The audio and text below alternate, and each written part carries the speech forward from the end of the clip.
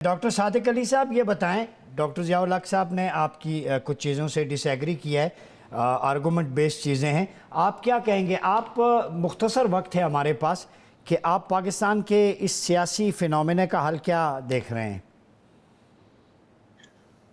पहले तो मैं डॉक्टर साहब से माजरत चाहता हूँ, उनके ऊपर गरां गुजरा मेरी ये बात।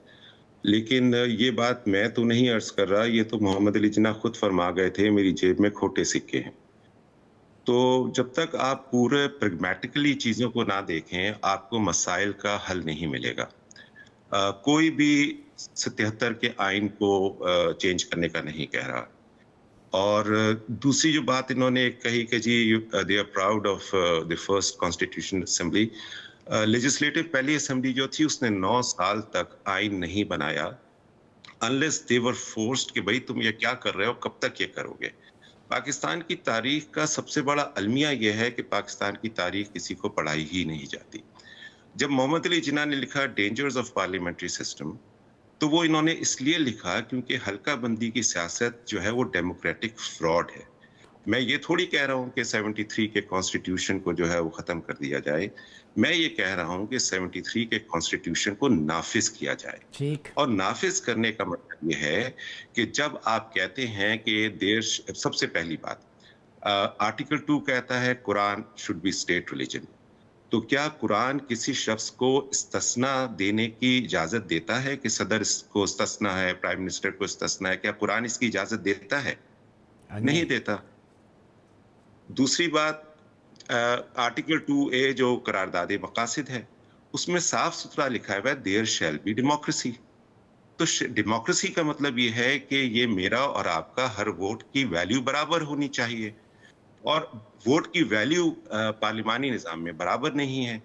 अगर हम पार्लिमानी निज़ाम में जिसे हम कहते हैं मुतनासिब नुमाइंदगी या प्रोपोर्शनेट रिप्रेजेंटेशन, अगर हम ये कर देंगे तो फिर ये होगा कि जो सबसे कम वोटर्स वाला हल्का है उसको हम एक ले लेते हैं, एक इकाई के तौर पे, और फिर उससे ज्यादा जितने ज्यादा हल्कों में वोटर्स होंगे उसको मुतनासिब नुमाइंदगी जब करेंगे तो कहीं से 2 MNAs आएंगे पार्लियामेंट में, कहीं से 3 आएंगे, कहीं से 4 आएंगे। अब मैं एक इंजीनियर हूं, मुझे नहीं पता कि डॉक्टर साहब की क्या क्वालिफिकेशंस हैं, लेकिन इंजीनियरिंग जो है ना वो शायरी नहीं होती, वो लॉज ऑफ नेचर को फॉलो करती है, इसीलिए हमेशा कामयाब होती है। बिल्डिंग्स जो है खड़ी हैं इतनी ऊंची ऊंची ग्रेविटी के बावजूद, क्योंकि वो लॉज ऑफ नेचर पे कायम की गई है।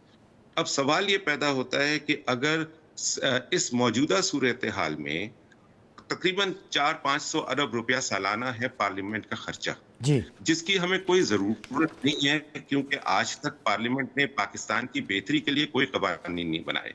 इन्होंने जो बनाए वो अपने जराइम को कानूनी शक्ल देने के लिए बनाए। फॉर एग्जाम्पल नैब का जो कानून है उसको आप देख लीजिए।